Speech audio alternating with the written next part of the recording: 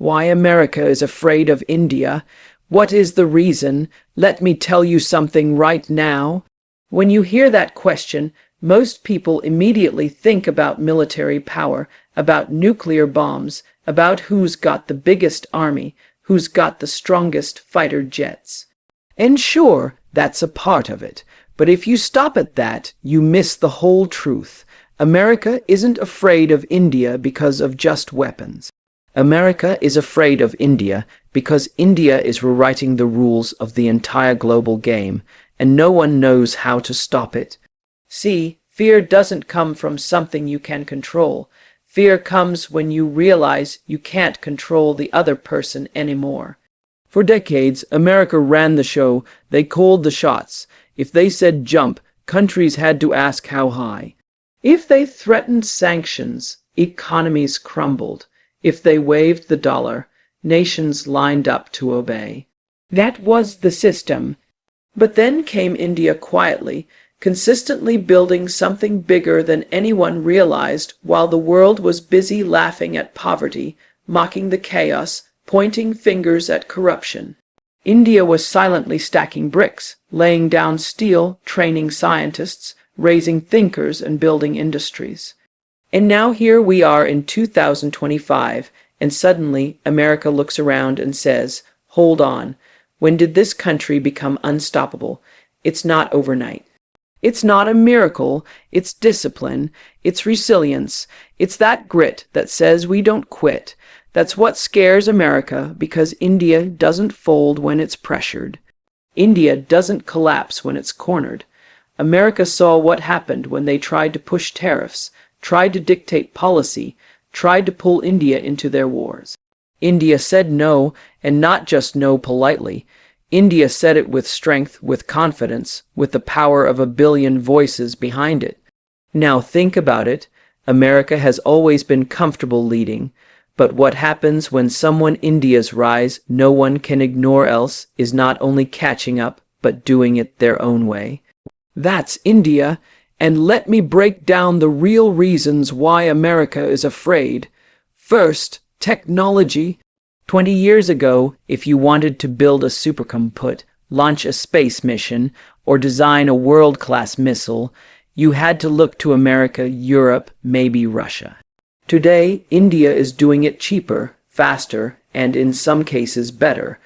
When Chandrayaan landed on the moon's south pole, while America hadn't, it wasn't just a space achievement. It was a message: we've arrived. And when India builds its own 5G, its own chips, its own AI, its own digital payment systems, it's saying we're not begging for scraps anymore.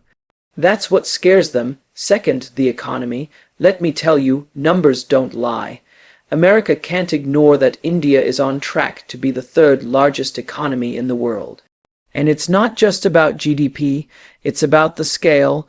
1.5 billion people moving upward, buying, building, consuming, innovating. That's a market America can't control. For decades, American companies looked at countries as customers they could dominate. But India flipped the script. India said, come invest here, but on our terms. You want our market. You play by our rules. That's a level of self-respect many nations couldn't afford, and now America sees its dominance slipping. Third, military strength. Now, let's be real. America still has the biggest defense budget. No denying that. But military power isn't just about how much money you throw at it. It's about strategy. It's about resilience. It's about self-reliance. India has missiles that can strike anywhere, submarines that can vanish in the ocean, satellites that can guide precision weapons. But more than that, India has the will to use them if necessary. America thought India would always remain cautious, always stay neutral. But India proved in places like Balakot and Gawan that it will defend itself aggressively when the line is crossed. That rattles America because suddenly India is not the soft power they thought. It's a power with both brains and brawn forth alliances. See, America has always thrived on dividing people, making one nation why America feels threatened depend on them while turning another into the enemy. But India is breaking that. India trades with Russia even when America says don't. India partners with the Middle East when America wants control. India strengthens ties with Africa when America ignores them. India builds relationships with Southeast Asia, Japan, even Europe without being a puppet. And here's the kicker. America needs India too. They can't push too hard because they need India to balance China. That dependency flips the power dynamics, and that's what frightens them the most. Now, let's talk about culture. You might not think culture scares anybody, but it does because culture is influence. Culture is power. Hollywood used to dominate the world. American music used to set the tone. But now Bollywood, Indian food, Indian philosophy, Indian yoga, Indian spirituality, they're spreading like wildfire across the globe. People are curious, people are adopting, people are respecting, and with that comes soft power. Suddenly, America isn't the only storyteller of the world. India is writing its own story and people are listening, but the biggest reason America is afraid, its identity. India represents something America can't copy. America was built on control, on forcing itself to the top, on dictating rules. India is built on resilience, on surviving centuries of invasion, on thriving despite oppression. That gives India a kind of strength America doesn't understand. It's a strength that says we've seen worse. We've survived worse, and nothing you throw at us will break us. That's not arrogance. That's history talking. That's blood, sweat, and generations of struggle talking. And when a nation carries that kind of weight, you can't intimidate it. You can't manipulate it. You can't own it. America looks at India and sees the future. A future where the dollar doesn't control trade, where Silicon Valley isn't the only tech hub, where Hollywood isn't the only dream factory, where Washington isn't the only capital making global rules. And that future terrifies them because it means letting go of power they've held for a century. Let's get real here. Fear isn't always about destruction. Fear is about replacement. America fears economic power shift being replaced at the top of the global hierarchy. And India is the only country big enough, bold enough, and resilient enough to make that happen. China might have the money, but it doesn't have the trust. Europe might have history, but it doesn't have the population. Russia might have weapons, but it doesn't have influence. India has it all: youth, growth, technology, culture, democracy, resilience. That's why America is afraid. And here's the irony. America still calls India its partner, its ally, but deep down, they know this partnership is not equal. They know that in 10-20 years, the roles will reverse. They'll need India more than India needs them. And that shift, that reality, is the reason for every tariff threat, every diplomatic pressure, every whisper campaign in the media. Because when fear sets in, you lash out. You try to delay the inevitable. You try to slow down the tide. But you can't stop the ocean from rising. And India, my friends, is that ocean. So why is America afraid of India? Because India represents what they can't control anymore. Because India is building a future where no single nation dominates, but where balance exists. And balance is dangerous for those who lived off imbalance. That's the truth. That's the reason. What truly frightens America is that India's rise is inevitable. It is no longer a question of if, but when. You see, America has always lived with the comfort of believing that no matter who tried to grow, no matter which country talked about ambition, no matter how many nations dreamed of greatness, the United States would still stay at the top of the mountain. For a long time, that was true. They had the economy. They had the military. They had the culture. They had the influence. But today, when they look across the world and their eyes land on India, they don't see just another nation climbing. They see a nation that's climbing with such determination, such resilience, and such unstoppable energy that the outcome isn't in doubt anymore. America isn't asking if India will rise. They're asking how fast, how high, and how much their own power will shrink when it happens. Now, let me tell you something real. Military strength and global dominance crossed fear isn't born from weakness alone. Fear is born from inevitability. When something is guaranteed, when you know it's coming, whether you like it or not, that's when fear digs into your bones. America knows they can slow India down. They can throw tariffs. They can push restrictions. They can manipulate media narratives. But they also know deep down that none of that will stop the rise, because India isn't just running on government policy. It's running on people power, on history, on destiny. 1 billion+ people waking up every morning building, innovating, hustling, and refusing to quit. That's not momentum you can bribe. That's not energy you can sanction. That's not ambition you can bomb. That's inevitable progress, and let's get this straight. America isn't scared of every nation's growth. They've seen countries rise before. They've seen Germany rebuild. They've seen Japan rebuild. They've seen China explode in size. But what makes India different is that it's doing all this while staying independent, while refusing to play by someone else's script. America could tolerate a rising Japan because Japan stayed under US security umbrellas. They could tolerate a rising Germany because Europe stayed aligned with US policies. They even accepted a rising China at first because they thought they could make money off it. But India isn't offering America that comfort. India is rising on its own terms, not as a client state, not as a satellite, but as a full-blown power with its own vision. That's what truly frightens them. Think about it.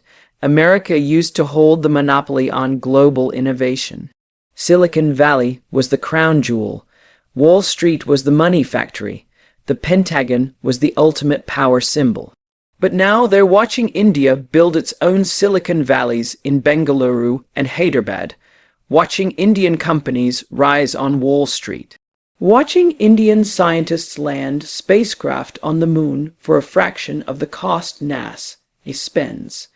That doesn't just challenge America, it embarrasses them. Because if India can do with 1/10 the resources what America does with billions, what happens when India has equal resources? It's not a contest anymore.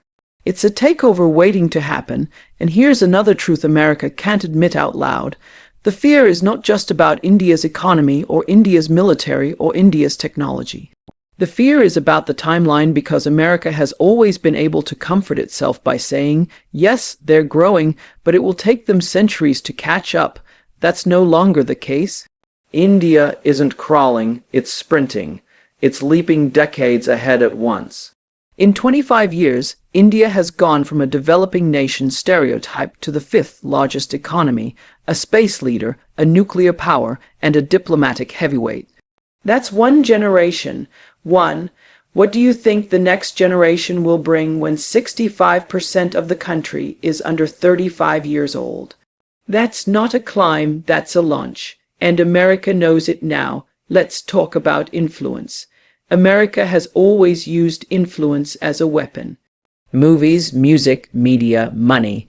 That's how they controlled the narrative. They told the world who the heroes were, who the villains were, who the leaders were, and who the followers were. But now India is rewriting the story. Indian movies are breaking records worldwide. Indian culture, yoga, spirituality, food, fashion is everywhere. Indian voices are leading in tech, in science, in politics. Even inside America itself, the SEO of the biggest American companies, Google, Microsoft, Adobe, are Indian.